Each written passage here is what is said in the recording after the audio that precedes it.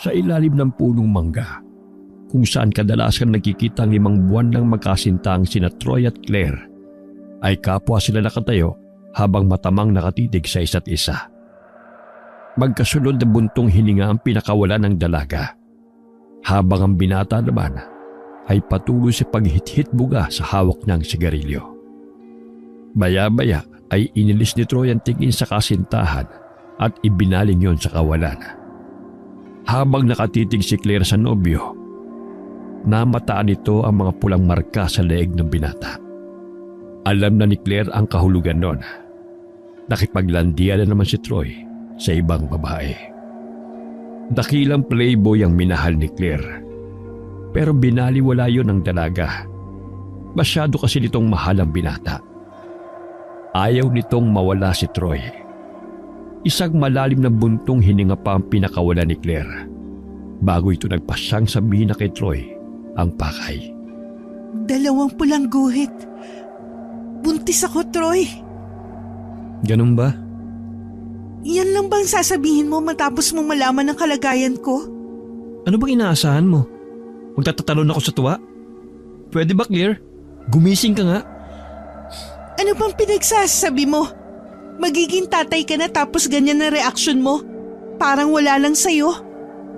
Malay ko ba kung hindi pala sa akin yan? Paano kung hindi pala ako yung nakabuntis sa'yo? Ano? Nahihibang ka na? Ikaw ang ama ng dinadala ko. Paano mo naisip na hindi sa'yo to? Ikaw lang ang pinagbigyan ko ng aking sarili, Troy. Simula pa lang alam mong babaero na ako, Claire. Marami babae nang dumaan sa akin bago ikaw.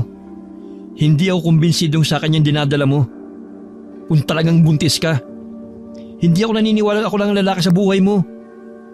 Malay ko ba kung gumaganti ka pala sa akin? Na nakipagkita ka rin sa ibang lalaki para ilabas ang mga hinanakit mo sa akin.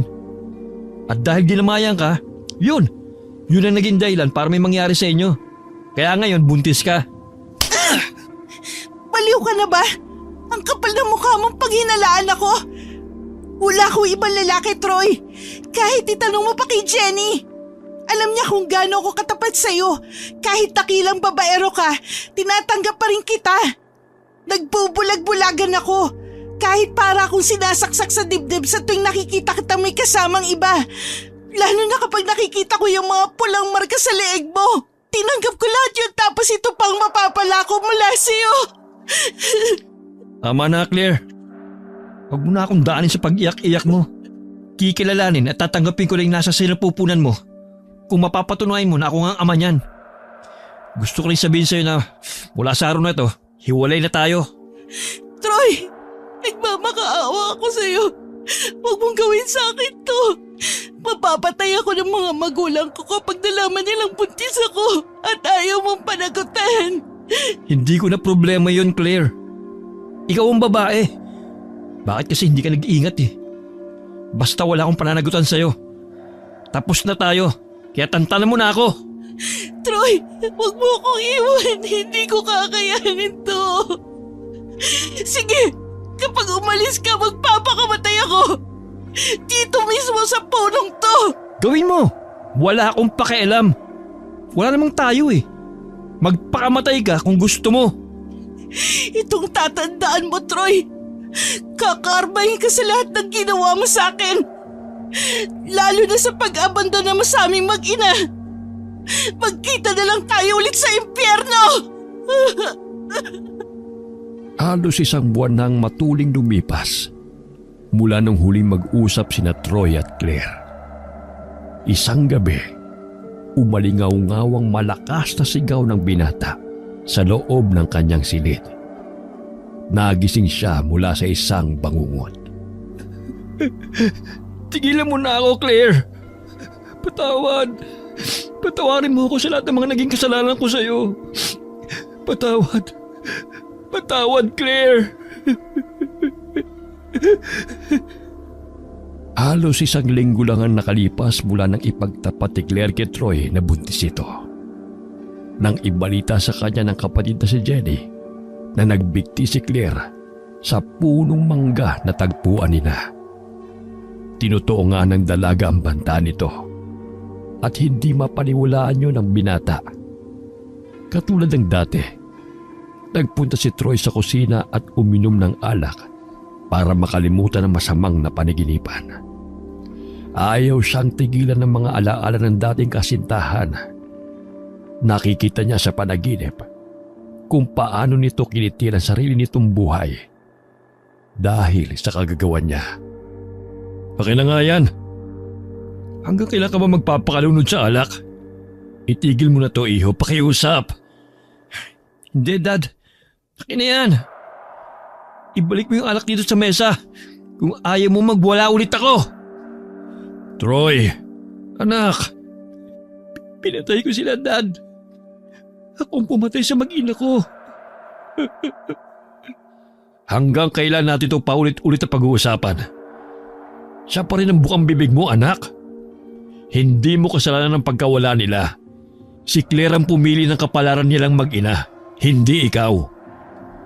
Kaya huwag mong sisihin ang sarili mo. Ako, Dad. Ako talaga may kasalanan. Kaya hanggang ngayon binubulabog pa rin ako ng mga alaala niya. Nang sundot ng aking konsensya. Lagi kong nadidinig ang boses ni Claire dito sa utak ko, Dad. Binibisita niya rin ako sa panaginip. Parang mababaliw na yata ako. Paano hindi ka mababaliw kung panay ang pagbumukbok mo dito sa kwarto? Kailangan mo nang lumabas sa lungga mo, anak. Kalimutan mo na ang nakaraan. Kalimutan mo na si Claire at magsimula ka ulit. Ang mga magulang niya tanggap nang wala na yung anak nila. Kaya dapat ikaw rin, Troy. Kahit hindi niyo sabihin ni Mami, alam kong may ginawa kayo para tigilan na tayo ng pamilya ni Claire. Akala niyo ba hindi ko alam na pinagbantaan niyo sila? Tapos, pag nagdemanda sila, sisirain mo yung buong pamilya nila? Hindi ako bulag, Dad. At lalong hindi ako tanga. Troy, ano ba bang silbi ng pera ko kung hindi naman gagamitan, di ba? Dahil sa ginawa nyo, hanggang ngayon, hindi ako kinikibo ni Jenny. Nagtatampo lang sa yung kapatid mo. Magiging okay din ang lahat, anak. Ako nang bahala kay Jenny. Sarili mo ang asikasuhin mo. Magsimula ulit tayo. Kaya kalimutan mo na si Claire. Pero Dad, paano? Paano ko gagawin yun? Dahil sa ginawa nyo, lalo nagdagdagan pa ang kasalanan ko sa mag-ina ko. Hindi ko siya makakalimutan. Hanggat nandito ako sa lugar na ito. Hindi problema yon. E di alis tayo rito. Saan man tayo pupunta? Paano tong bahay natin? Hindi ka na rito titira. Nakapag-desisyon na kami ng mami mong doon muna tayo sa probinsya nila. Sasamahan ka namin doon hanggang sa maging okay ka na ulit. Saka na kami babalik dito sa Maynila. Kaya umaasa akong sa oras na umalis ka rito, iwan mo na ang lahat ng mga alaala ng nakaraan. Lalo na yung tungkol sa dati mong kasintahan. Hindi nakatulog si Troy kinagabihan. Halos magdamag na laman ng kanyang isipan ang napag-usapan nila ng kanyang ama. Baka nga tama ito. Kailangan niyang umalis para tuluyang makalimutan ang masaklap niyang nakaraan. Kinabukasan, maagang nagpunta ang binata sa kusina. Naabutan niya roon ang kapatid na humihingi ng kape sa yaya nila. Masuyong hinawakan niya ito sa braso. Jenny? Bitiwan mo nga ako, kuya! Jen, please. Huwag ka na magtampo sa akin. Ikaw ang pumatay sa best friend ko at sa pamangkin ko. Tingin mo, paano kita mapapatawad, ha? Pinagsisisihan ko na lahat ng mga kasalanan ko kay Claire. Maniwala ka naman sa akin. Ilang babae nang naloko mo, kuya. Pati si Claire dinamay mo. Nagsisisi akong ipinakilala ko pa siya sa'yo. Akala ko magbabago ka na talaga nung sinagot ka niya. Pero hindi pa rin pala.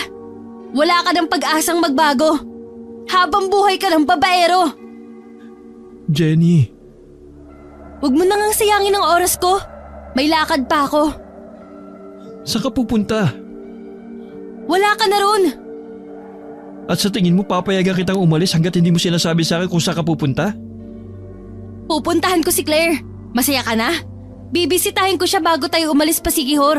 Magpapaalam ako sa kanya kaya huwag ka nang humarang sa dadaanan ko kuya. Sasama ako sa iyo, Jen. Gusto ko rin magpaalam kay Claire. Ilang saglit na natigilan si Jenny bago nakabawi. Nagpasalamat si Troy sa kapatid nang sa wakas ay pumayag itong sumama siya sa puntod ni Claire.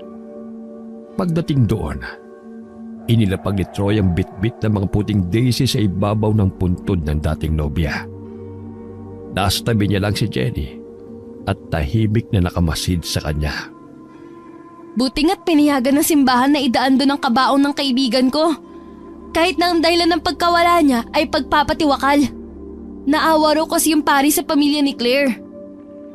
Hindi ko alam na ganun pala ang pinagdaanan niya hanggang sa ilibing siya. Paano mo malalaman wala ka naman kasing pakialam? Buti na lang, kahit ikaw ang may kasalanan sa pagkamatay ni Claire at kahit pinagbantaan ni na daddy ang pamilya niya, hindi nila ako dinamay sa galit nila. Kuya, sa totoo lang, may mga pagkakataon tinanong ko ang sarili ko kung bakit kayo pa yung naging pamilya ko. Ako lang ang naiiba sa inyo. Ako lang yung may puso. Kayong tatlo ni na mami at daddy, wala. Jenny, totoong pinagsisisihan ko ng lahat ng mga nagawa kong kasalanan sa lahat ng mga naging girlfriend ko. Lalong-lalo na kay Claire. Napakatarantado ko pala. Kung may babalik ko lang ang buhay ng mag-ina ko, gagawin ko at magpapakatino na ako. Babawi ako sa lahat ng mga pagkukulang ko sa kanya. Mamahalin ko na siya ng tapat at hindi ko siya sasaktan. Kaso hanggang sana na lang ang lahat. Magsisi ka man, huli na. Hindi mo pa rin matatakasan ng karma, Kuya Troy. Kung sana'y noon mo pa ng pagtanto ang mga bagay na yan, buhay pa sana ngayon si Claire at ang pamangkin ko. Alam ko, Jen. Napakalaki kong gago. May babae nang dumating sa akin na handa akong tanggapin at mahalin. Pero sinayang ko lang. Sinaktan ko si Claire. Sana kung bubuksan mo ulit ang puso mo sa ibang babae, wag mo nang gagawin yung ginawa mo sa kaibigan ko. Magbagong buhay ka na, kuya. Kung talagang gusto mong mapatawad kita. Huwag ka mag-alala, Jen. Gagawin ko yun. Magsisimula ulit ako sa Secure. Hindi ko alam kung magmamahal pa ulit ako. Ngayon ko lang kasi napagtantong si Claire lang palang nag-iisang babae nagpatibok sa pahigan ng puso. Nang sumapit ang araw ng pag-alis ni na Troy ng Maynila, tinapunan niya ng malungkot na sulyap ang kanilang tahanan. Nangako siya sa sariling tuluyan ng iiwan doon lahat ng malulungkot na alaala ng kanyang nakaraan. Tahimik lang si Troy sa buong durasyon ng biyahe nila. Ganon din si Jenny. Ang mga magulang naman nila ay masayang nagkukwentuhan at nagbibiroan. Hindi maiwasang maalala pa rin ang binata ang dating nobya. Dahilan para mamasa ang kanyang mga mata. Nang nasa Sikihor na sila, biglang napabalik tanaw sa kanyang kabataan si Troy. Madalas silang umuwi doon nung nasa elementarya siya hanggang high school. Natigil na lamang yon nang tumungtong siya ng kolehiyo. Abala kasi siya sa pag-aaral at abala naman ang mga magulang nila sa kanilang mga negosyo. Mas pinili ng mami nila na sumama sa daddy nila sa Maynila nung maikasal ang mga ito. At doon na nga bumuo ng pamilya ang dalawa. Kung hindi pa dahil sa iskandalong kinasangkutan ni Troy, hindi maiisipan ng kanyang ina na bumalik sa probinsya. Nasasabik na rin siyang makitang muli ang lola niya at ang mga pinsan doon. Gusto niya rin makalanghap muli ng sariwang hangin at makatikim ng mga sariwang pagkain. Natigil sa pagbumuni-muni si Troy nang biglang sumigaw si Jenny. Manong driver, may babae po! Baka masagasaan natin! Diyos ko! Muntik na yun, Manong. Mabuti nakailag ka kaagad. Kundi nasagasaan natin yung babae. Teka, lalabas muna ako, Dad. Titignan ko kung okay lang siya. Hindi na kailangan, iho. Siguradong okay lang siya dahil hindi naman siya nasagasaan ni Manong eh. Sasamahan kita, kuya. Mana talaga sa iyo yung mga anak mo, Rowena. Puro matitigas ang ulo. Hayaan mo na, babalik din sila rito sa sasakyan sa oras na makumpirma nilang maayos ang lagay ng babae. Ay nako, sabi ko nga eh. Sige, bilisan niyo, Troy, Jenny. Opo, Dad. Babalik din kami agad ni kuya. Paglabas ni na Troy at Jenny, tumambad sa kanila ang isang babaeng nakayuko. Abala ito sa pagdampot ng mga gamit nitong nagkalat sa kalsada. Marahil ay tumilapo ng mga dala nito dahil sa pagkataranta. Tinulungan ng magkapatid ang babae sa ginagawa nito. Nang matapos, halos sabay pa silang humingi ng paumanhin dito. Nagtaka si Troy kung bakit hindi nagsasalita ang babae. Naisip tuloy ng binata na baka pipi ito. Hindi rin nila makita ang mukha nito dahil natatakpan ng mahaba nitong buhok na nakalugay. Baya-baya ay tumayo ang babae pero nanatiling nakayuko. Pinapagpagan nito ang suot na kupas na bestida na nadumihan ng matumba ito sa kalsada dahil sa pagkagulat sa paparating na sasakyan. Muling nagsalita si Jenny para humingi ng pasensya sa babae. Napakunot noo si Troy nang marinig ang boses nito. Ayos lang, hindi naman ako nahagip ng sasakyan nyo. Pero sana sa susunod, mag-ingat kayo sa pagmamaneho o di kaya sabihan nyo ang driver ha. Pasensya na talaga, miss. Maingat naman magmaneho si Manong driver. Di ka lang siguro niya agad napansin. Pero ayos ka lang ba talaga? Walang masakit sa'yo? Huwag ka na mag-alala, ayos lang ako. Sige, mauna na ako. Claire? Ikaw ba yan? Buhay ka? Claire? Claire? Sino yun? Lorena ang pangalan ko. Pero kamukhang kamukha mo siya. Pati boses nyo, halos iisa. Kung sino man siya, siguradong malapit sa inyo. Pero hindi ko siya kilala. Lorena ang pangalan ko, hindi Claire. At matagal na ako nakatira rito. Sige na, mauna na ako ha. Salamat sa tulong nyo. Naiwang tulala ang magkapatid na Troy at Jenny. Hindi pa rin makapaniwala sa nakitang babae na kamukhang-kamukha ni Claire. Pati ang tindig at katawan ni Lorena ay katulad sa dating kasintahan ni Troy. Napalingon sila sa sasakyan dahil sa malakas na sigaw ni Rowena. Nagulat din ang babae nang dumaan si Lorena sa tapat ng bintana ng sasakyan. Mami! Troy anak, bakit nandito siya? Bakit nandito si Claire sa Siquijor? Ano ba yung sinasabi mo, Rowena? Kitang-kita ko nung dumaan siya dito sa tapat ng bintana, Victor. Kamukhang-kamukha ni Claire. Totoo bang sinasabi ng mami nyo? Opo, Dad. Akala ko rin talaga si Claire. Pero sabi nung babae, Lorena raw ang pangalan niya. Magkamukha talaga sila. Ang kaibahan lang, kulot ang buhok ni Claire. Yung sa babae naman tuwid na tuwid. Ano ba kayo?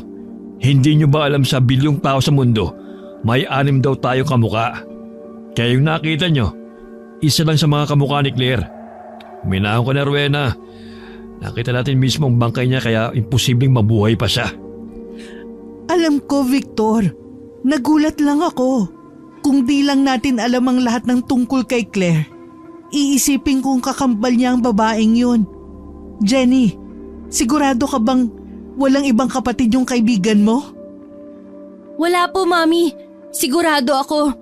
Wala kaming lihim ni Claire sa isa't isa. Nag-iisang anak lang siya ni na tito at tita. Di ba, kuya? Ha? Oo. Wala rin namang sikreto sa akin si Claire.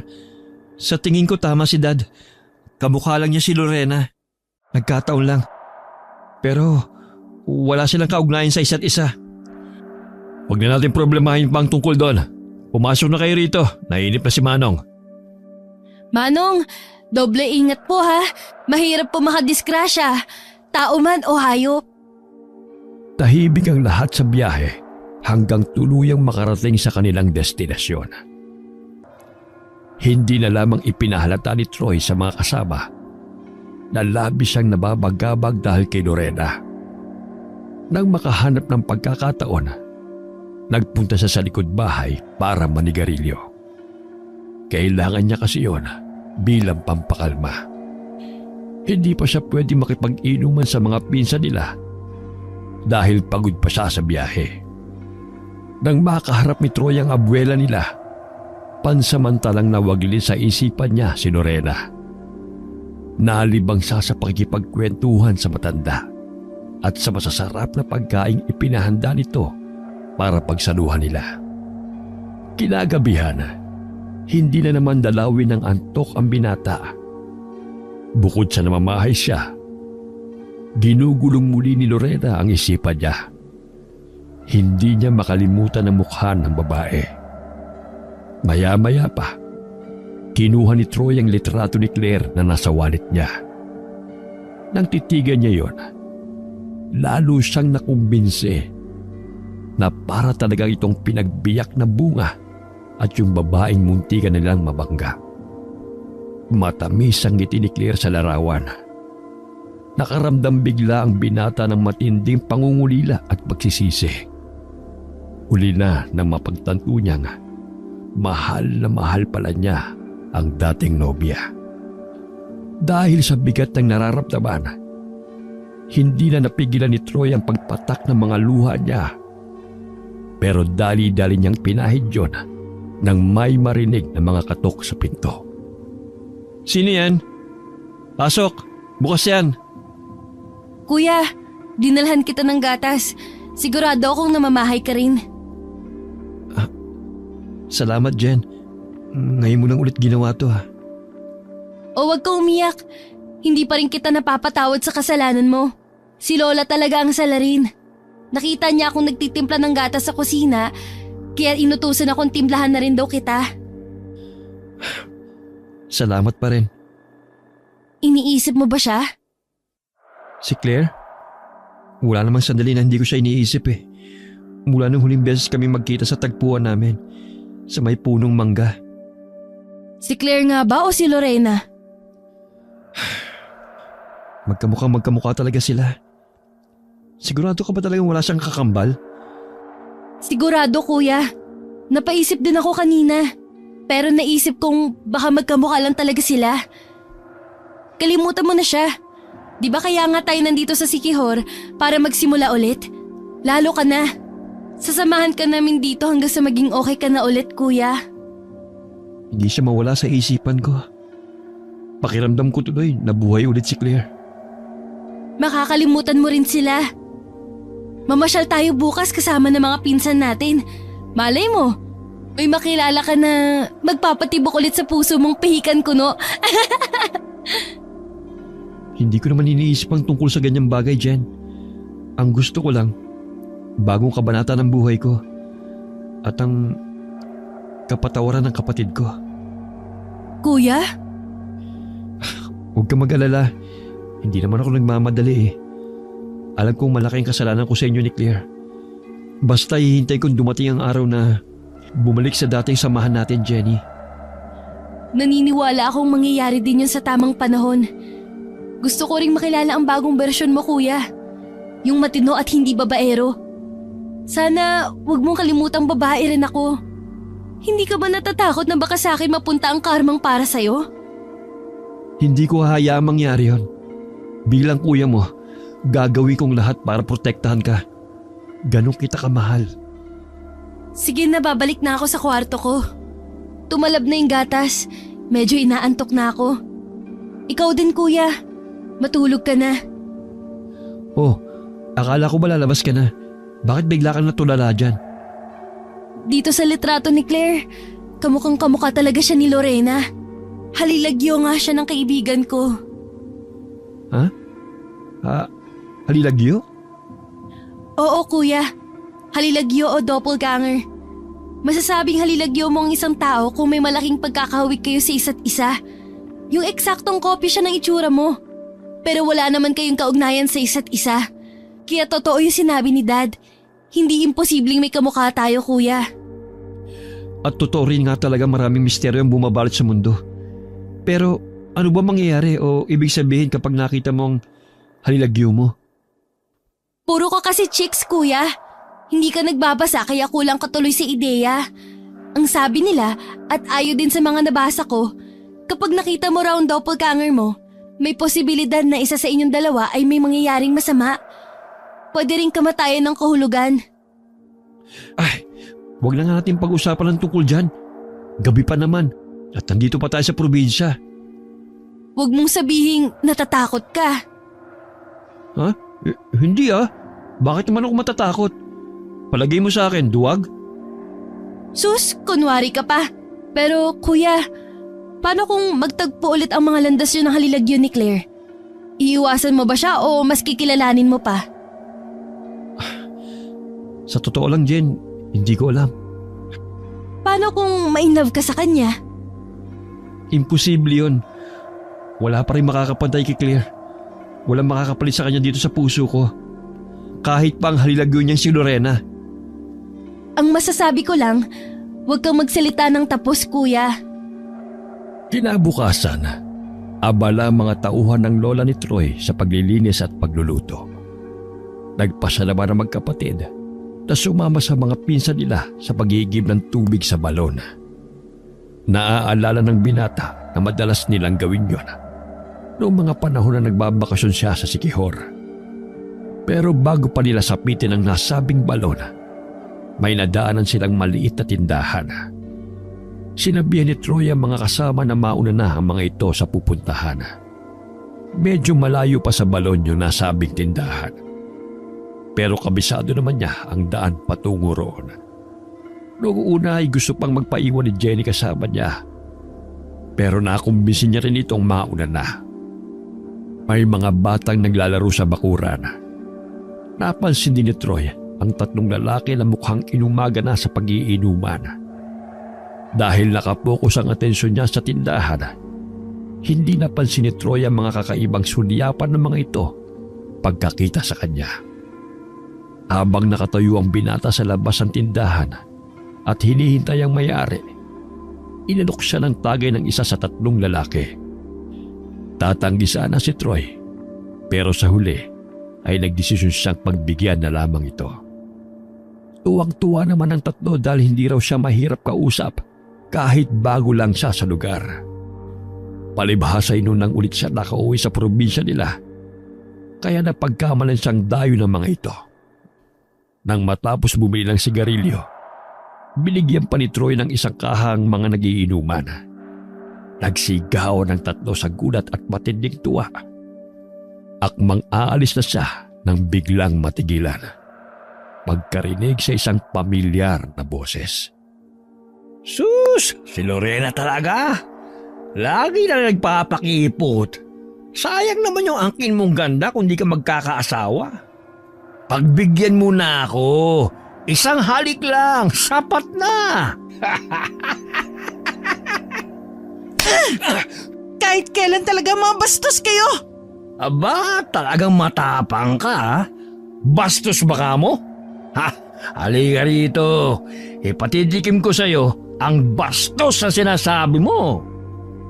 Teka lang mga pare, huwag kayong papatol sa babae. Nakakabawas yun sa pagkalalaki natin. Huwag kang makialam rito. Hindi porket nilibre mo kami ng isang kaang sigarilyo, pwede ka nang umastang kung sino. Dayo ko lang rito sa lugar na to, bata.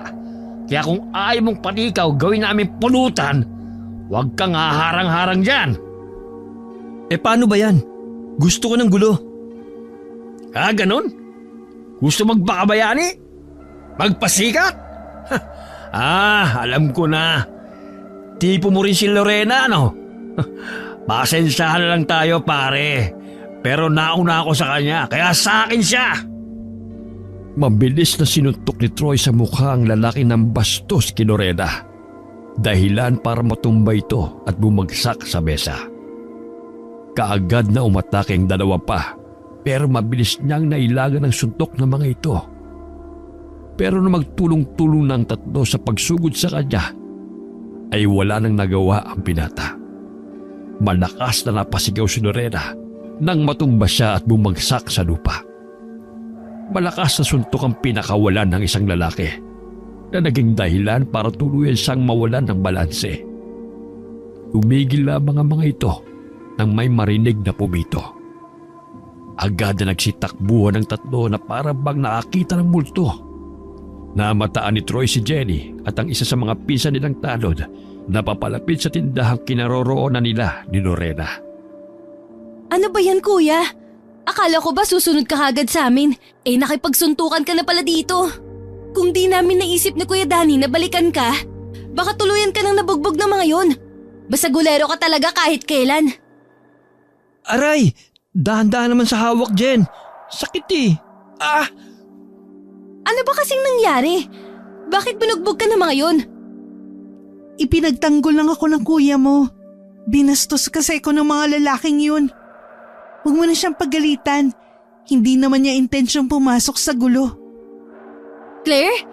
Ibig kong sabihin, Lorena, ayos ka lang ba? Ayos lang ako. Ang kuya mong inaalala ko. Kailangan natin siyang magamot. Huwag ka na mag-alala. Malayo to sa bituka. Di ba, kuya? Jenny naman, nagmamalasakit lang yung tao. Nagbibiro lang ako. Lorena, mauna na kami ha. Hayaan mo, gagamutin agad namin siya pagdating sa bahay. Sige, maging ingat kayo. Salamat, ikaw din. Gusto mo bang sumama sa bahay? Ha? Ano kasi eh? Huwag ka na mahiya. Mabait naman si Lole. Baka nga kilala ka pala niya eh. Tsaka baka balikan ka ng mga bastos na lasenggo kanina. Sigurado ba kayong okay lang? Oo nga. Halika na. Sabay na tayong maglakad. Si Kuya Danny na ang aalalay kay Kuya Troy. Troy pa lang pangalan niya. Oo. At ako naman si Jenny. Tingin ko magkakasundo tayong dalawa, Lorena. Mabuti na lamang at wala sa mansyon ang mga magulang ni na Troy pagdating nila roon. Natawa naman ang abuela nila pagkakita sa binata. At hindi rin nagkamali ang kanyang sapantaha. Saglit na nagulat ang matanda pagkakita kay Lorena. Pero kagad ding napawi yon at napalitan ng isang matamis na ngiti. Nalaman nilang magkakilala nga ang dalawa. Sa salas na ginamot ni Jenny si Troy. Tahimik lamang si Lorena habang nakaupo sa sofa at nakamasid sa magkapatid. Halos hindi rin ito ginagalaw ang meriendang ipinahanda ng lola nila sa mayordoma. Aray ko naman, Jen. Parang nananadya ka na. Alam mo, kanina ka pa. Pwede ba, kuya? Bulak at betadine lang to, naduduwag ka. Ang lakas nga ng loob mo kaninang makipagbasag ulo doon sa tatlong lalaking mukhang mga sanggano. Ibang usapan yun. Wala pa naman ako mga sugat kanina eh. Tsaka walang ibang nasa isip ko kundi ang kaligtasan ni Lorena. Sus, nagpapasikat ka lang yata eh. Pero mabuti na lang at andun ka para protektahan si Lorena sa mga bastos na yun. Oo nga eh. Sa tingin ko, dinala talaga ako ng tadhana kasi nga nasa panganib siya. Kuya, alam na alam ko yung mga ganyang banat mo ha. Sinasabi ko sa'yo, wag mo nang idadamay si Lorena sa mga kalokohan mo. Jenny naman eh. Wala akong masamang intensyon sa kanya. Bukal sa loob ko ang ginawa kong pagtulong sa kanya. Mabuti na yung malinaw. Oo nga pala, bakit hindi mo pa kinakain yung merienda, Lorena? Busog pa kasi ako. Nahiya ka siguro no? Hiyaan mo, tapos ko nang gumutin ng mga sugat ni kuya. Sabay na tayong magmerienda. Sige, pero uuwi na rin ako agad pagkatapos. Baka kasi hinahanap na ako ni nanay. Ihatid na kita, Lorena. Saan bang bahay niyo? Naku, wag na. Baka makita ka pa ng tatlong kaaway mo kanina. Kaya ko namang umuwi mag-isa. Sumama lang ako dito para masiguro maayos ka na. Talaga? Salamat ah. Tara na, kain na tayo. Mag-uwi ka rin mamaya para sa nanay mo, Lorena. Naku, hindi na, Jenny. Sige na, sasama ako kay Kuya Troy sa paghatid sa'yo. Gusto ko ring malaman kung saan nakatira ang bago kong kaibigan. Ikaw ang bahala. Salamat ulit sa inyong dalawa. Lalong-lalo na sa'yo, Troy. Kanina ka pa nagpapasalamat eh. Basta mula ngayon, palagi ka mag-iingat ha. Delikado ang mga taong katulad ng 3 lalaki ng bastos sa'yo. Huwag kang mag-alala. Hindi na nila ulit yun magagawa pa sa akin. O kahit sinong babae. Makahulugan ang mga huling salitang binitiwan ng dalaga. Pero hindi na yun napansin ni Troy. Nakatuon kasi ang buong atensyon niya sa maganda at maamo nitong mukha. Para siyang nakatitig kay Claire ng mga oras na yon. Nang di sinasadyang magtama ang mga paningin nila, nakipagtagisan ng titig si Lorena sa binata. Pero maya-maya ay ito rin ang unang umiwas ng tingin. Habang nasa danay tahimik lamang si Troy, nakikinig sa kwentuhan ng 2 dalaga. Nagpasama rin sila sa pinsang si Danny para makasigurong hindi na siya ulit masasangkot sa gulo. Nasa likuran sina Troy at ang pinsan nila, kaya malaya niyang napagmamasdan ang kabuuan ni Lorena. Talagang patitindig at hugis ng katawan nito at ni Claire ay halos iisa. Para talagang kambal ang dalawa. Ayaw sana ng binatang mapalapit sa dalagang kamukhang kamukha ng dati niyang nobya. Pero hindi niya mapigilan ang kanyang sarili. May kung ano kay Lorena na parang hinahatak siyang mas kilalanin pa ito. At sa palagay niya, ay ganun din ang epekto nito kay Jenny. Habang masaya nagkukwentuhan ng mga ito, walang mag-aakalang bago lamang magkakilala ang dalawa. Sumakit ang dibdib ng binata nang mapagtanto kung gaanong nangungulila ang kapatid niya sa matalik nitong kaibigan. Inusig na naman tuloy siya ng sundot ng konsensya.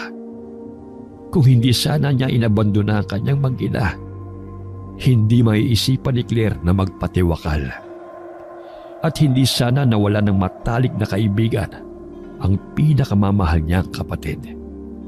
Saan ka na naman galing, Lorena? At sino yung kasama mo? Si Danny lang ang namumukhaan ko. Nay, galing po ako sa mansyon ng mga Samson. Mga apo rin po sila ni Lola Victoria. Mga bagong dating sila rito kung ganon. Halatangang galing Maynila. Bakit po sila kasama? Nagkataon po kasing nandun itong si Troy sa tindahan ni Aling Bebang nung may 3 lalaking nagiinuman na ng bastos sa akin. Iniligtas niya po ako. Ganun ba? Salamat sa iyo, senyorito. Wala pong kaso yun, Aling... Belen, yun ang pangalan ko. Ako po si Troy. At ito naman po yung kapatid kong si Jenny. Nagagalak akong makilala kayo. Salamat ulit sa paghatid sa anak ko. Pero pasensya na kayo kung hindi namin kayo maiimbitahan sa loob. Pupunta pa kasi kami nitong si Lorena sa bukid. Okay lang po. Hinatid lang din namin si Lorena para masiguro namin ligtas siyang makakauwi. Lorena, una na kami ha. Ingat kayo sa bukid.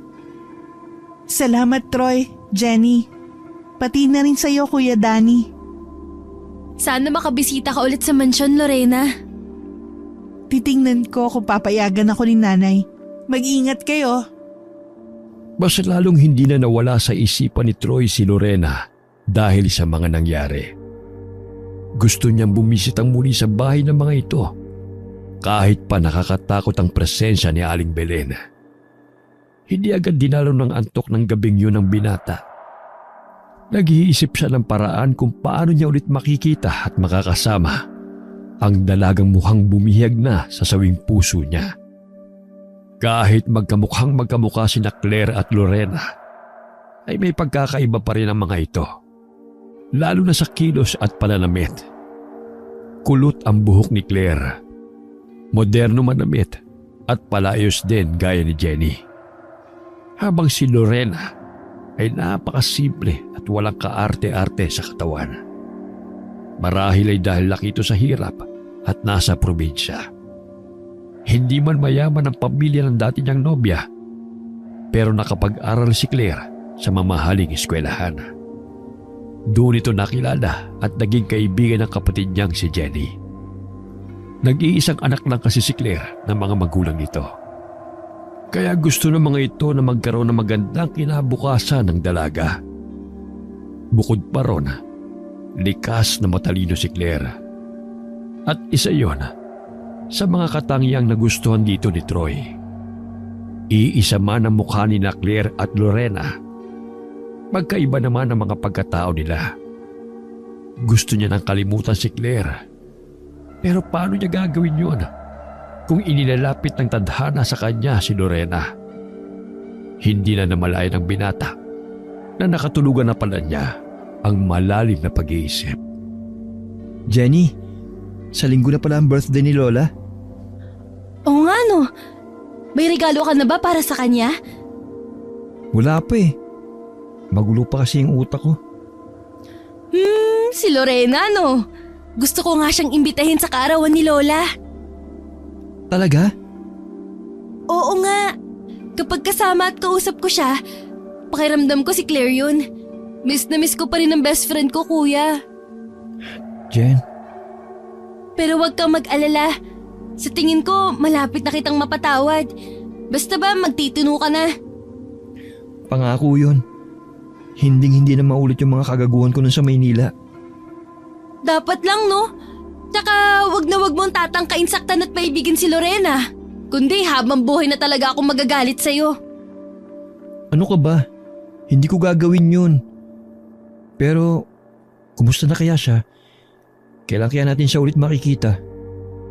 Yaan mo, magpapaalam ako mamaya kay Lola. Kapag pumayag siyang mag-imbita ako ng bisita, puntahan natin si Lorena para personal natin siya masabihan at maipaalam sa nanay niya. Salamat, Jen.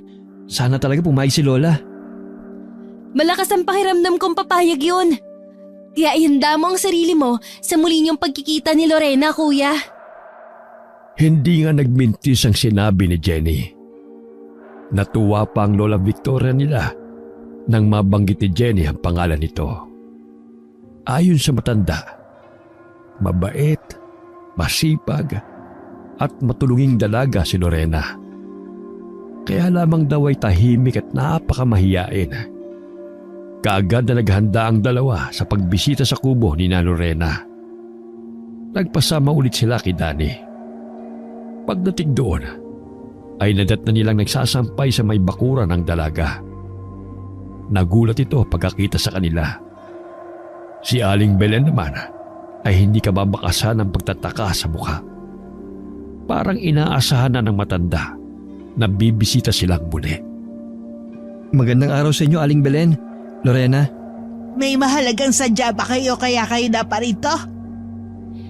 Gusto lang po namin dalawin si Lorena. Tsaka, imbitado po kayo sa kaarawan ni Lola sa linggo na gaganapin sa loob ng mansyon. Hindi ito ang unang beses na nagpadala ng imbitasyon ng Senyora Victoria. Ipagpauman ninyo pero hindi ako makakadalo. Si Lorena po. Siya ang magdidesisyon, senyorita. Hindi ko siya pagbabawalan lalo't galing ang imbitasyon sa inyong abuela. Lorena, sana makapunta ka. Huwag ka mag-alala. Hindi ka namin pababayaan ni Jenny. Pwede bang pag-isipan ko muna?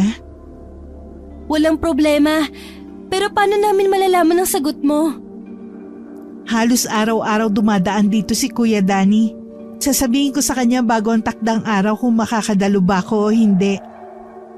Kung iniisip mong isusuot mo, ako nang bahala. Marami akong dalang mga damit galing Maynila. Sadya akong binili ang mga yun para sa mga pinsan kong dalaga dito sa Siquijor.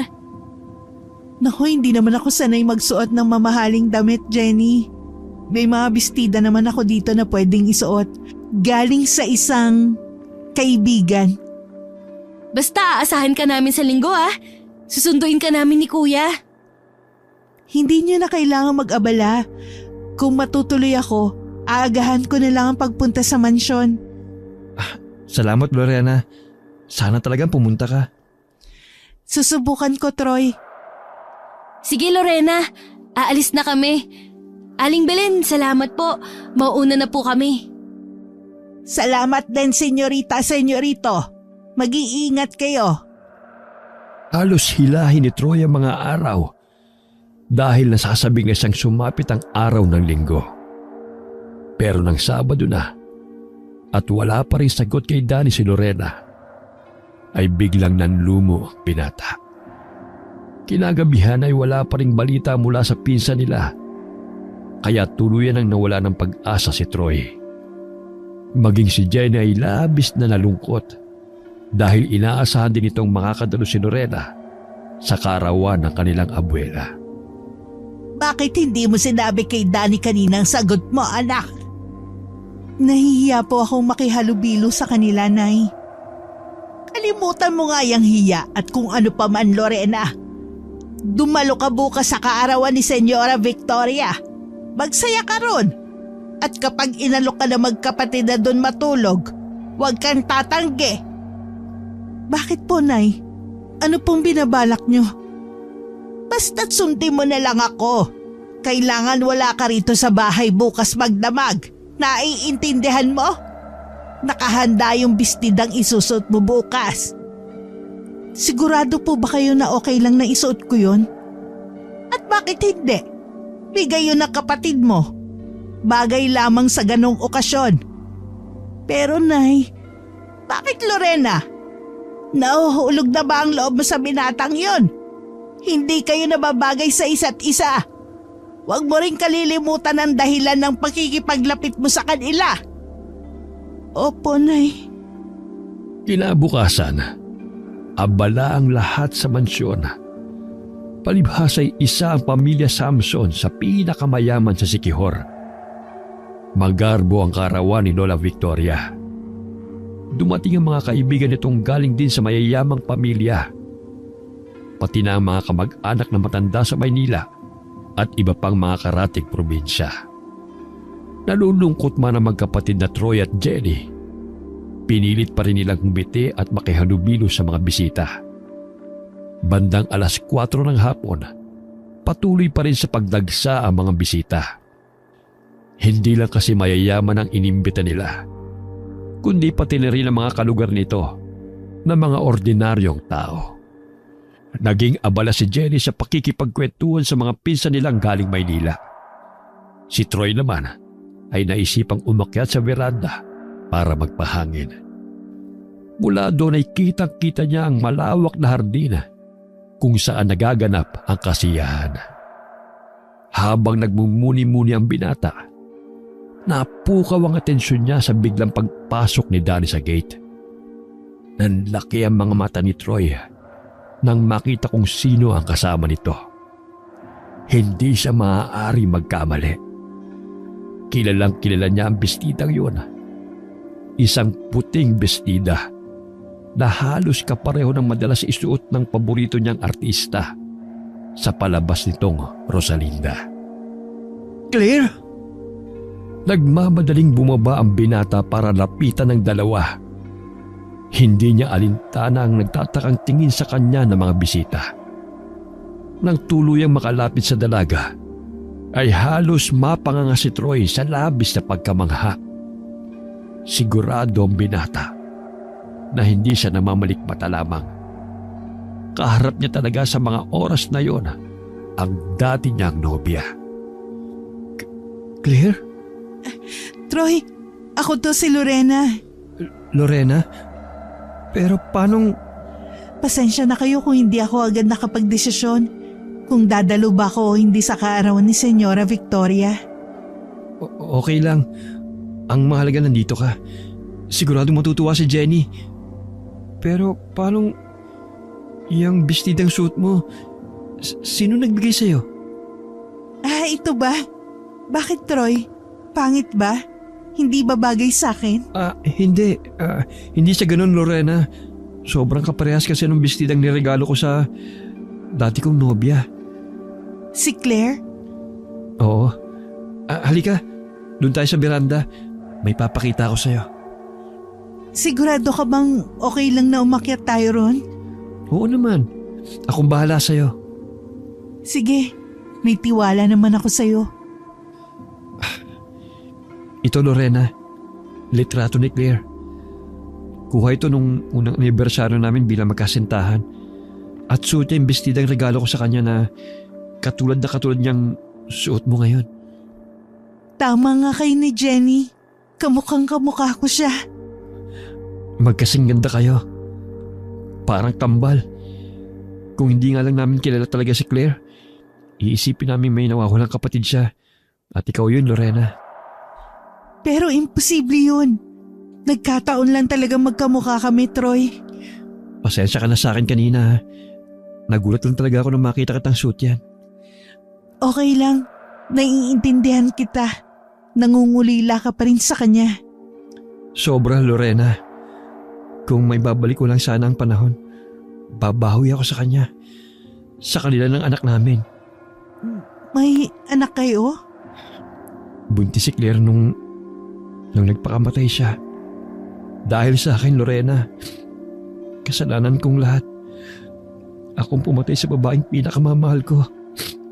At sa anak namin. Troy? Claire! Jenny! Lorena? Akala ko parang may ganyang bestida rin ang kaibigan ko. Nagkataon lang din sigurong katulad ng pagiging magkamukha namin, Jenny. Kung sa bagay, teka, hindi pa yata kayo kumakain. Tara, sabay-sabay na tayo. Masaya akong nakadalo ka sa birthday ng lola namin, Lorena. Nalibang si Lorena kasama sina Troy at Jenny. Kahit papano ay nabawasan ang nadaramang hiya at pagkailang ng dalaga.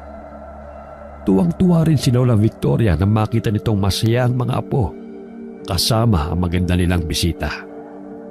Nagulat si Lorena nang alukin siya ni Jenny na doon na lamang magpalipas ng gabi. Nangako ang kapatid ni Troy na ihahatid dito si Lorena kinabukasan para ito na mismo ang magpaliwanag kay Aling Belen. Pagkaalala sa bili ng ina, agad na pumayag si Lorena na sa mansyon na magpalipas ng magdamag. Halos hindi na natulog ang tatlo at sinulit ang mga oras para mas makapagkwentuhan pa sila.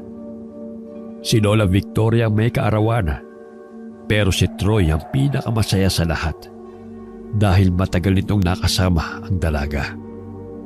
Kinabukasan, binulabog sila ng isang masamang balita. Meron daw 3 lalaking natagpuan sa gubat na wakwak ang mga tiyan at basag ang mga bungo. May nagsasabing baka napagtripan daw ang mga ito na masasamang loob. Pero may nagsasabi ring aswang daw ang may kagagawan.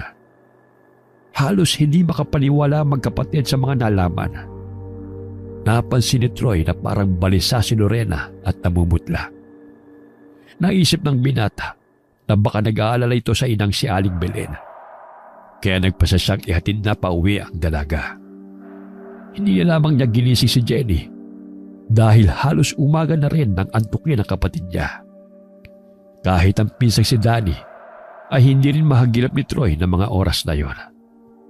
Habang nasa daan ay natuklasan ng dalawa na ang mga biktima pala ay yung 3 lalaki na nambastos noon kay Lorena.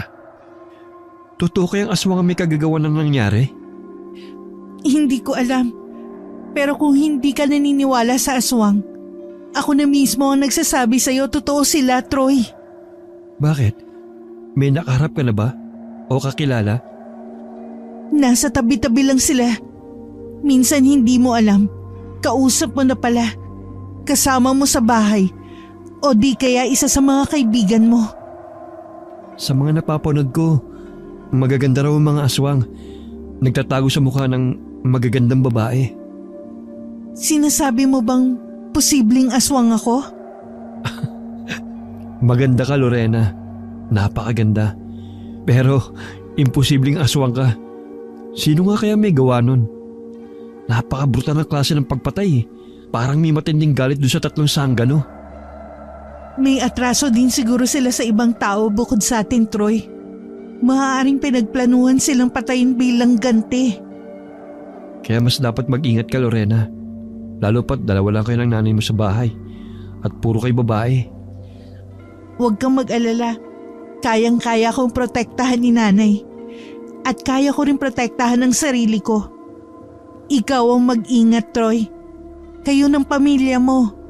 Kahit ka mag-anak kayo ni Senyora, Mainit pa rin ang mga mata ng mga taga rito sa mga mukhang bago lang sa paningin nila. Hindi nakapagpaliwanag si Troy kay Aling Belen kung bakit inumaga na ng uwi si Lorena. Wala kasi sa kubo ang matandang babae. Ayon sa dalaga, baka maaga raw nagtungo sa bukid ang ina nito. Nangako na lamang si Troy na babalik kasama si Jenny para makausap si Aling Belen. Ayaw sanang iwanan ng binata si Lorena na mag-isa sa kubo. Pero kinumbinsi siya ng dalaga na ayos lamang ito. Sinabi rin itong susunod kagad dito kay Aling Belen sa bukid. Pagbalik ni Troy sa mansyon ay saka pa lamang siya tinablan ng antok. Gabi na magising siya. Tinawag siya ni Jenny para sabay-sabay sila maghapunan. Pagkatapos kumain, ay sinabihan sila ni Victor na may pag-uusapan sila sa salas. Dumiretso ro ng magkapatid pagkagaling nila sa kusina. Tungkol saan bang pag-uusapan natin, Dad? Tungkol sa bago mong kalokohan.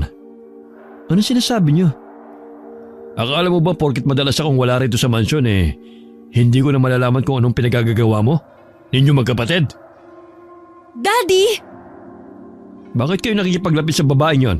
Nakamukha ni Claire. Ano naman ang problema ron, Dad?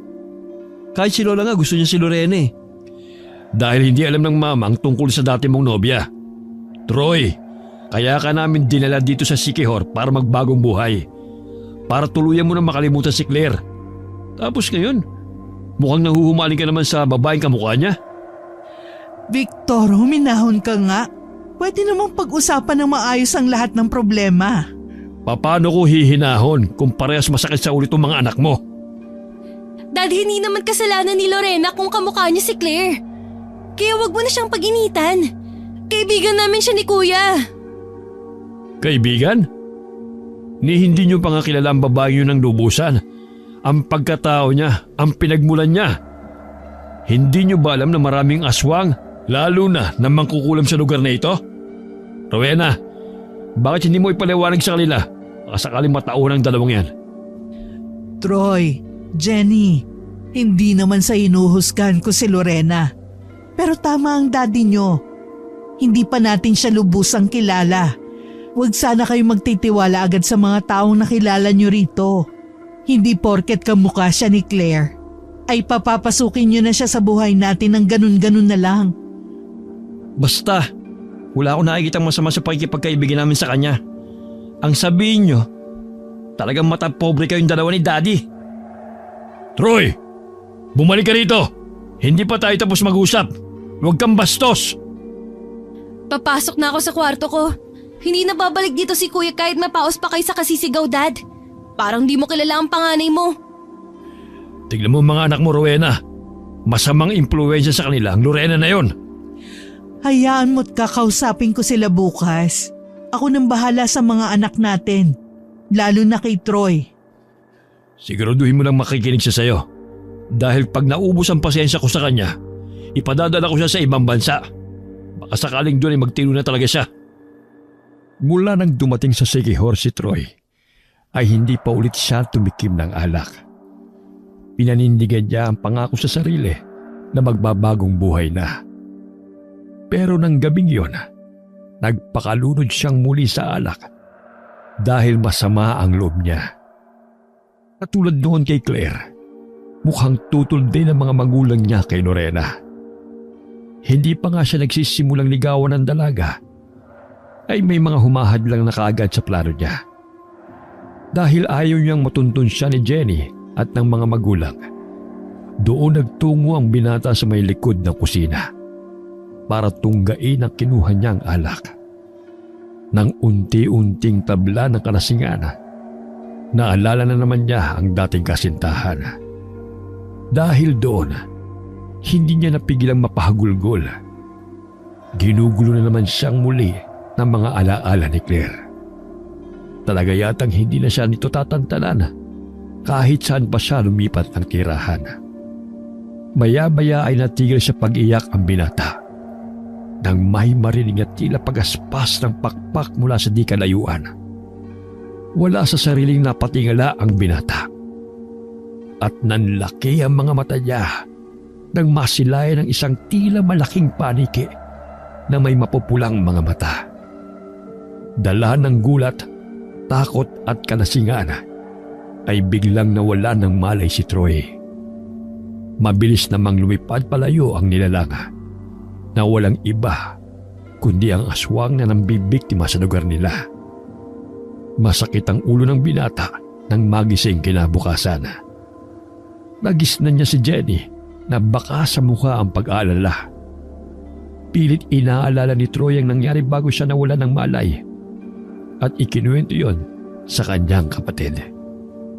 Hindi ko alam kung anong klaseng nilalang yung nakita ko kagabi, Jen. Ang natatandaan ko lang, parang malaking paniki na may mapupulang mga mata. Hindi kaya aswang yun, kuya? Pero bakit nakapasok sa mansyon ko ang aswang? Posibleng isa sa mga tauhan ni Lola. Kuya, natatakot ako. Paano nga kung nasa loob nga ng mansyon yung aswang?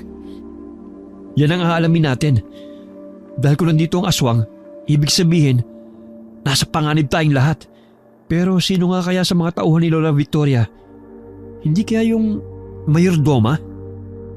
Siya yung pinakamatagal na naninilbihan dito, di ba? Hindi siguro siya, kuya. Mahirap din manghusga lalo na kung wala tayong sapat na basihan. Alam ko naman yun. Ang isa ko nang pinagtataka, hindi naman ako inatake ng aswang. Parang nagmamanman lang. Isa lang ang masasabi ko. Kilala natin yung aswang o kilala tayo nito, kuya. Pero sino nga ba? Si Lorena. Si Lorena ang aswang? Hindi. Kailangan kong punta si Lorena. Baka mamaya may nangyari na pala sa kanila na hindi natin alam. Halos wala silang kapitbahay na mahinga ng tulong sa oras ng kagipitan. Baka di mo na kita masamahan, kuya. Mainit pa rin kasi ang ulo ni Dad. Ayokong pati sila ni Mami mag-away. Okay lang, Jen. Dito ko lang sa bahay. Hindi rin naman ako magtatagal eh. Babalik din kagad ako kapag nasiguro kong maayos sila Lorena at ang nanay niya. Pero, hindi ka ba muna mag-aalmusal? Mamaya na lang. Hindi pa rin naman ako nagugutom eh. Ingat ka, kuya. Salamat. Nakahinga ng maluwag si Troy nang malaman niyang maayos naman ang mag-ina. Laking pasasalamat din niya dahil hindi pa nakakaalis ang mga ito patungong bukid. Inalok siyang mag-almusal ni Aling Belen at malugod niya naman itong pinaunlakan.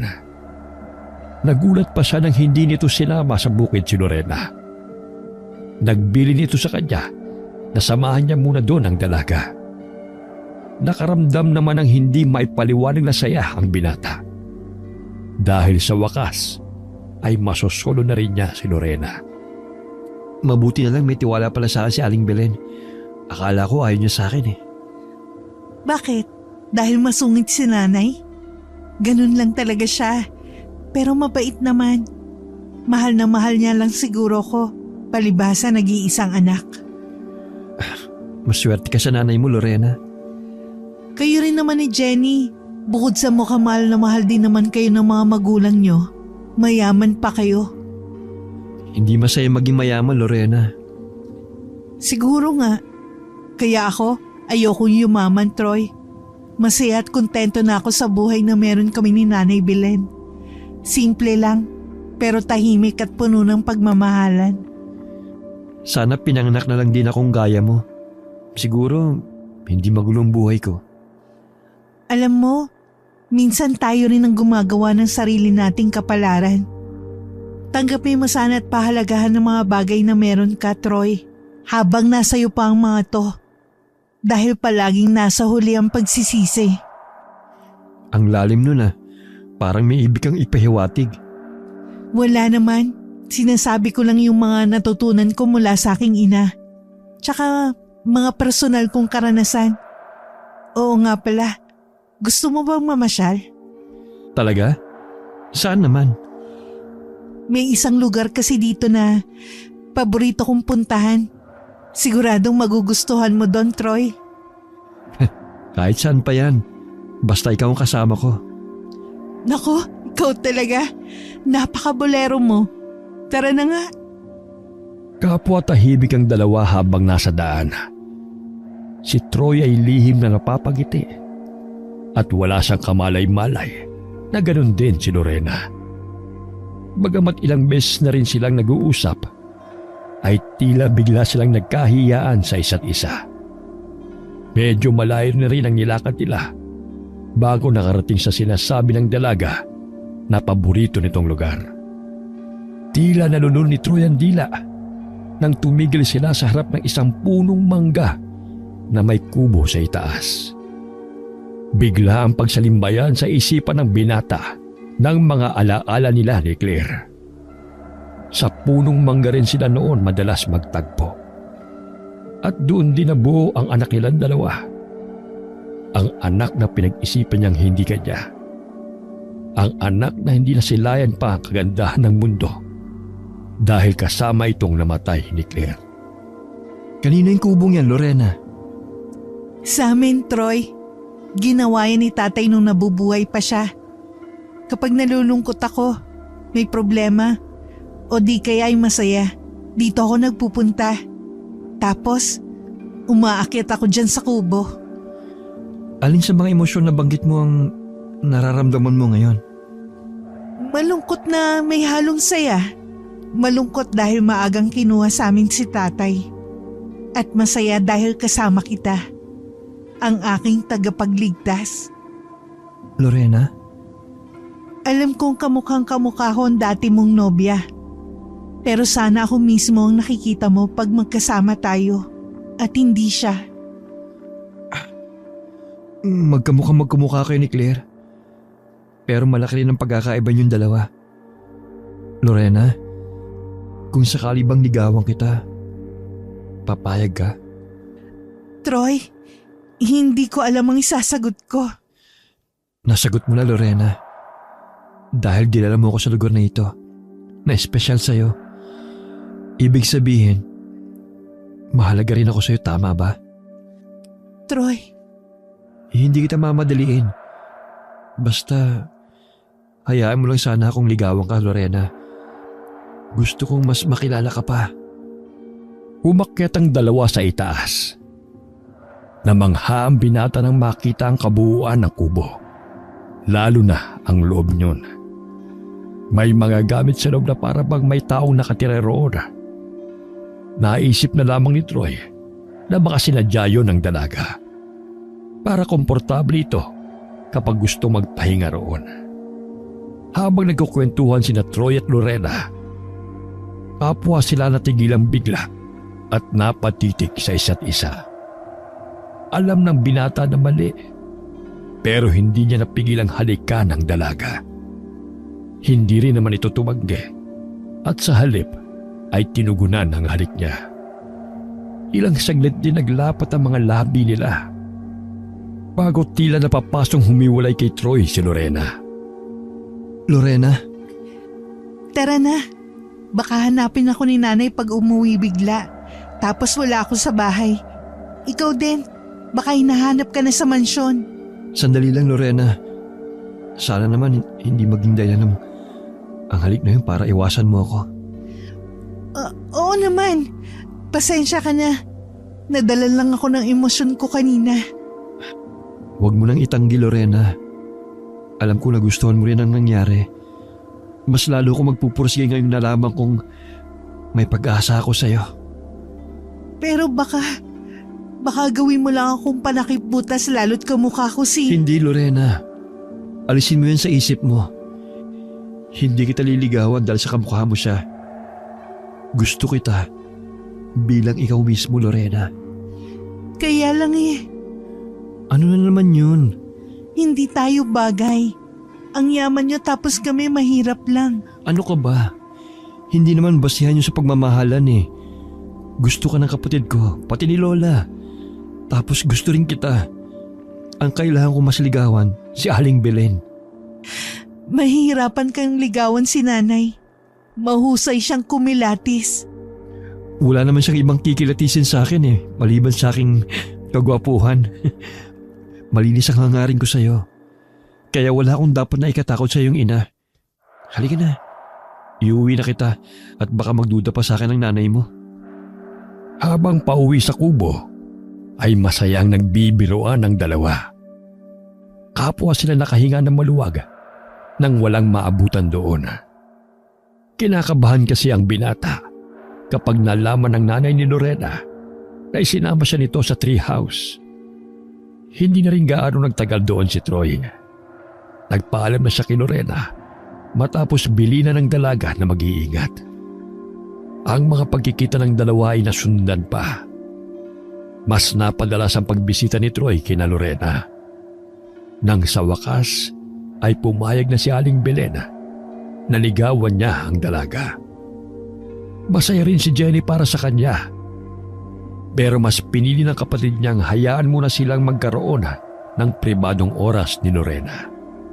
Sa ikatlong pagpunta nila sa kubo ay may nangyari na sa kanilang dalawa. Hinding-hindi malilimutan ni Troy ang sandaling iyon na siya ring araw kung kailan niya nakamit ang matamis na oo ng dalagang nililigawan. Mabilis na lumipas sa mga araw. Unti-unti nang nawawala sa isipan ni Troy si Claire.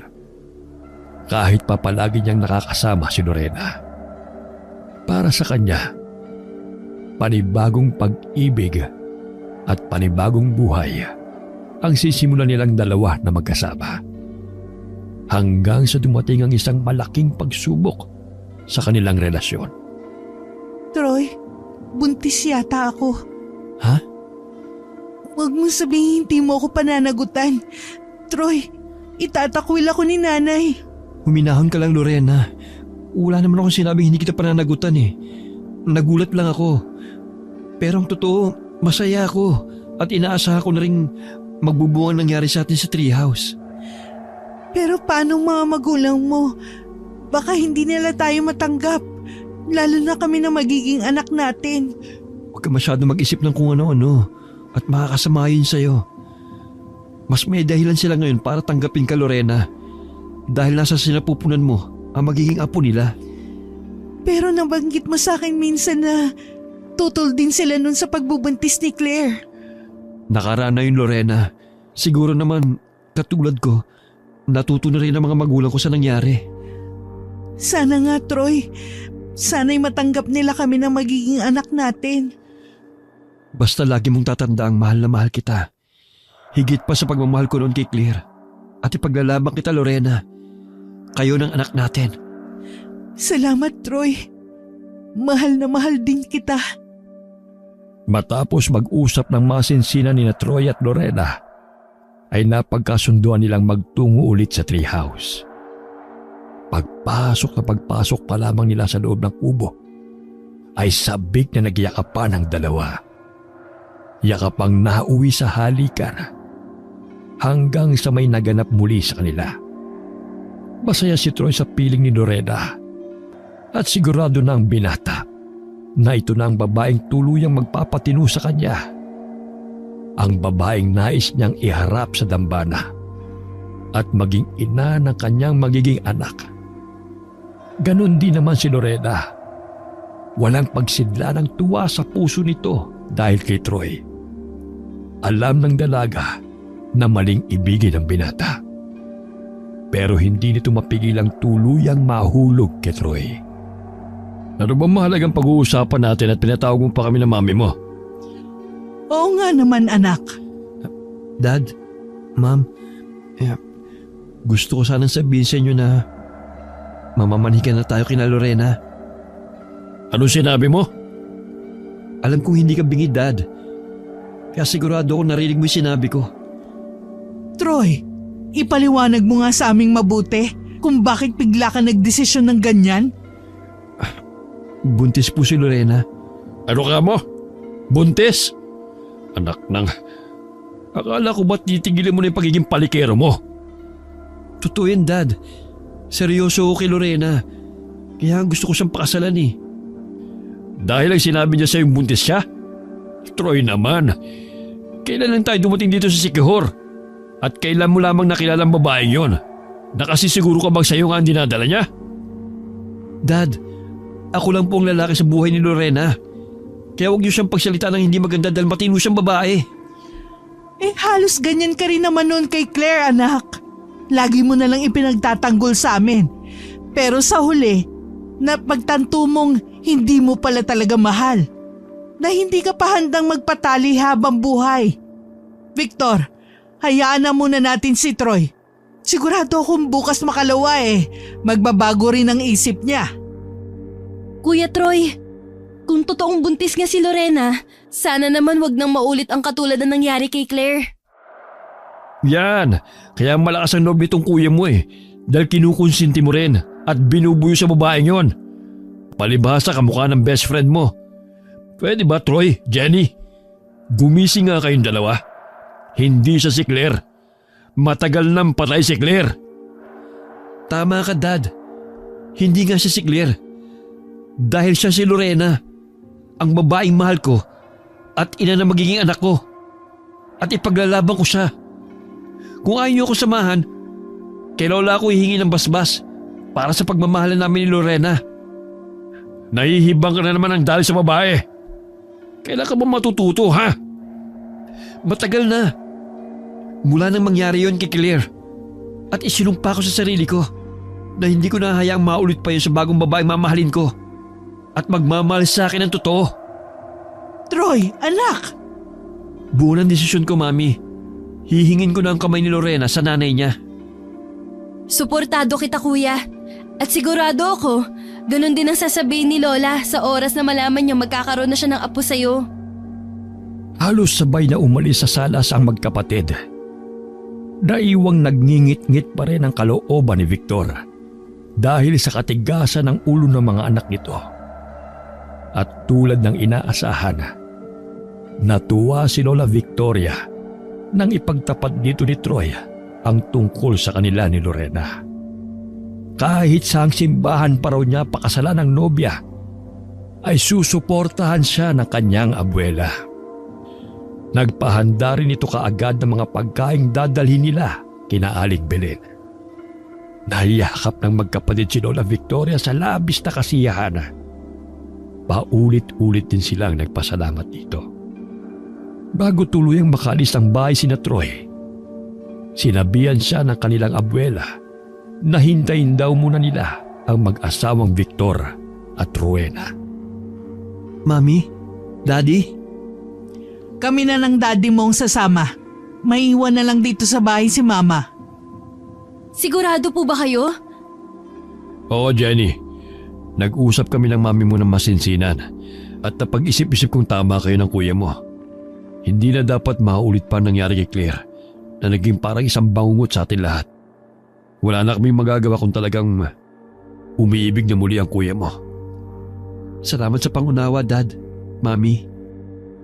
Wala naman kaming ibang hangad kundi ang kaligayahan ninyong magkapatid. Oh, baka magkaiyakan pa tayo rito.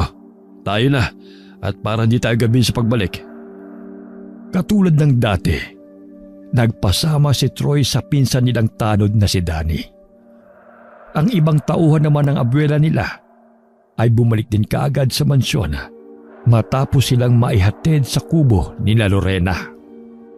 Magandang gabi sa iyo, Balae. At sa iyo rin, Lorena. Magandang gabi rin ho sa inyo, senyor. Balae na lang din ang itawag mo sa amin. Tutal naman, magiging asawa na nitong panganay namin ng unika iha mo. Yan nga ang gusto kong linawin sa inyo. Kung bakit bigla kayo napasugod dito sa munti naming kubo at may mga dalang kaldero. Hindi pa ho ba halata? Namamanhikan kami. Buntis na raw kasi itong magiging manugang namin. Dad! Oh, bakit anak? Totoo naman, hindi ba? Isa pa, tayo-tayo lang din naman ang naririto kaya wala nang dahilan para maglihim pa. Totoo ba ang sinabi ng Senyor Lorena? Nay, sasabihin ko rin naman po sa inyo. Kumukuha lang po ako ng tamang tiyempo. Kailan ka pa natutong maglihim sa akin? Nay! Huwag niyo na pong pagalitan si Lorena. Hindi ko naman po siya tatalikuran eh. Handa kong panagutan sila na magiging anak namin. Sigurado ka ba sa sinasabi mo, senyorito? Hindi mo pa kami lubusang kilala. Opo, sigurado po ako. At tatanggapin ko po lahat kay Lorena. Hindi lang dahil kamukha siya ng dati kong nobya. Mahal ko po talaga ang anak niyo, Aling Belen. Tignan natin. Lorena! Nay, ihain mo sa mesa ang putahing niluto ko para sa hapunan. Sigurado akong magugustuhan yun ng mga bisita natin, lalo na kapag natikman nila. Pero, Nay, basta't sundin mo na lang ang utos ko. Pasensya na po, Aling Belen. Pero kanina pa po ako may naamoy na masakit sa ilong. Parang nabubulok na ewan. Hindi ka lang siguro sanay sa amoy ng putek, senyorita. Ipinanganak kasi kayong may gintong kutsara sa bibig. Bala totoo ang sinabi ni Jenny. Ako man kanina pa may naamoy na mabaho Saan kaya nagmumula ang amoy na yon? Gusto niyo talagang malaman? Sige na, Lorena. Tanggalin mo na ang takip ng kalderong naglalaman ng espesyal na putahing ipatitikim ko sa mga bisita natin ngayong gabi. Ang mga ulong yan! Pag-aari ng mga magulang ng kaibigan ko si Claire! Ha? Halimaw! Mga halimaw kayo!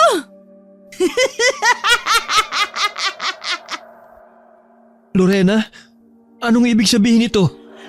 Troy, Jenny, hindi lang ako basta halilagyo lang ni Claire. Kaya kami magkamukha dahil kambal talaga kami. Kambal na pinaglayo ng tadhana. Dating taga rito ang mga umampon kay Claire. Ayoko sanang pumayag, pero wala akong mapagpipilian noon. Isa lang ang pwedeng maiwan sa akin, at si Lorena yon. Pero nang malaman ko ang nangyari sa anak ko, bumangon na matinding galit sa puso ko para sa mga umampon sa kanya na hindi siya nabigyan ng hustisya. At para sa pamilya ng lalaking sumira sa buhay at mga pangarap ng anak ko. Kung ganun, ibig sabihin, Tamang nasa isip mo, Troy. Planado namin lahat ni Nanay.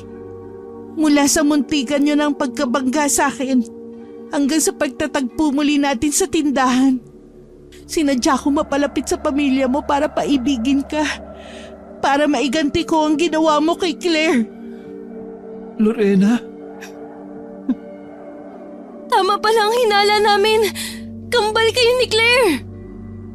Ito na nga bang sinasabi ko sa inyo na huwag kayong basta magtitiwala sa mga taong bago nyo lang nakilala. Huwag kayong mag-alala, senyor. Huli na para magsisihan. Lahat kayo, hindi na makakalabas na buhay dito sa teritoryo ko. Kasabay ng malakas na pagtawa ni Aling Belen ay ang unti-unting pagpapalit nito ng anyo. Napasigaw silang lahat ng tuluyang tumambad sa kanilang harapan ang isang nakakatakot na nilalang. Parang malaking panike na may matutulis na kuko at mapupulang mga mata. Biglang bumalik sa gunita ni Troy ang nilalang na nakita niya nung minsang uminom siyang mag-isa sa may likod ng kusina. Hindi siya makapaniwala na si Aling Belen ay isa palang aswang. Kaagad na inutusan ni Victor si Danny na itakas sina Rowena at Jenny. Nagpaiwan naman ito kasama ni Troy. Pero bago pa makabuelo ang mag-ama, sinugod na sila ng aswang. Mabuti na lamang at nailaga nila ang balak nitong pagkagat sa mga leeg nila. Ang hindi nila naiwasan ay ang mga kalmot nitong nagdulot ng sugat sa kanilang mga dibdib at braso. Tahimik na nakamasid lamang si Lorena. Hindi man ito gustong ituloy ang paghihiganti kay Troy, ay wala itong magawa dahil hindi nito pwedeng suwayin ang ina. Napuruhan ni Aling Belen si Troy na naging sanhi para mawalan siya ng malay tao. Nang akmang tatapusin na nito ang binata, ay biglang nagpalit ng anyo si Lorena at hinarap ang ina. Nagtagisan ng lakas ang dalawa. Galit na galit si Aling Belen sa ginawa ng anak. Pero mas matindi ang nararamdamang galit ni Lorena ng mga oras na yun. Sinamantala naman ni Victor ang pagkakataon. Kinuha nito sa tagiliran ng baon nitong buntot pagi. Yun kasi ang kabilin-bilinan dito ni Lola Victoria. Nadalhin ang bagay na yun saan man ito magpunta. Nang makakuha ng buwelo, nagsimula na si Victor sa paghampas sa 2 aswang. Tuluyan nang nawala sa isipan nito na ang isa roon ay si Lorena na noon ay nagdadalang tao sa anak nito kay Troy. Bago pa bumalik ang ulirat ng binata, napuruhan na ni Victor ang mag-ina. Sinubukan pa ring umatake ni Aling Belen pero naubos na ang lakas nito dahil sa natanggap na mga hampas ng buntot pagi. Si Lorena naman ay bumalik na sa anyong tao pero nag-aagaw buhay na ito. At yun ang tagpong nagisna ni Troy nang magkamalay ulit siya. Lorena! Troy, patawad. Gusto ko malaman mo na totoong mahal kita. At totoo ring buntis ako. Naniniwala ako sa'yo. Nararamdaman kong pagmamahal mo. Pero Lorena, lumaban ka. Huwag mo akong iiwan. Dadaling kita sa ospital. Huwag na. Sapat na sa aking mukha mong huli kong masisilayan bago ko tuloy ang malagutan ng hininga. Hindi, Lorena. Huwag ka susuko. Lumaban ka. Para sa akin. Para sa magiging anak natin. Hanggang dito na lang talaga kami ni Nanay. Hindi ko na kaya, Troy. Maraming salamat sa pagmamahal mo. Masaya akong nakilala kita. At matagal na kitang napatawad sa ginawa mo kay Claire. Paalam na, Troy. Lorena? Lorena? Hindi! Lorena! Hanggang sa huling sandali, napatunay ni Troy na magkaiba talaga sina Claire at Lorena. Kahit sa kabila ng katotohanan, kambal pala talaga ang dalawa. Kinitil ni Claire ang buhay nito at idinamay pa ang magiging anak nila dahil sa kanya. Habang si Lorena ay namatay para sa kanya. Para iligtas ang buhay nila ni Victor. Hindi alam ng binata kung paano pa magsisimulang muli matapos mabigo at mawala ng minamahal sa ikalawang pagkakataon. Nasabi niya sa sariling kung mabubuhay ulit si Lorena, ito pa rin ang pipiliin niyang mahalin at pakakasalan. Lumipas ang 3 buwan. Nagpasya si Troy na sumunod na sa pamilya niya sa Maynila. Doon na lamang siya magsisimulang muli ng panibagong kabanata ng kanyang buhay. Isang umaga, kasalukuyang nasa bintana si Troy. Sariwa pa rin sa isipan niya ang mga naganap sa probinsya at ang pagkawala ng pinakamamahal niyang si Lorena. Alam niyang matatagalan na naman bago maghilom ang sugat sa puso niya. Natigil ang pagmumuni-muni ng binata nang mamalayan niya ang unti-unting pagpasok ng isang eroplanong papel sa loob ng kwarto niya. Nagtatakang pinulot niya yon at pinagmasdan. Pumunot ang kanyang noo nang makitang parang may nakasulat doon. Binasa niya kung anong nakalagay sa papel at nagulat siya nang mabasa ang mga salitang punong mangga. Hindi siya nag-alinlangang lumabas ng bahay para puntahan ang lugar kung saan nagsimula ang lahat ng kalbaryo sa buhay niya.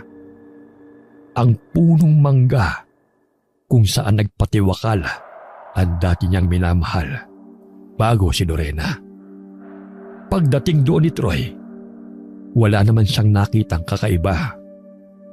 Aalis na sana siya, pero agad ding natigilan at napalingon ng may marinig na pamilyar na boses.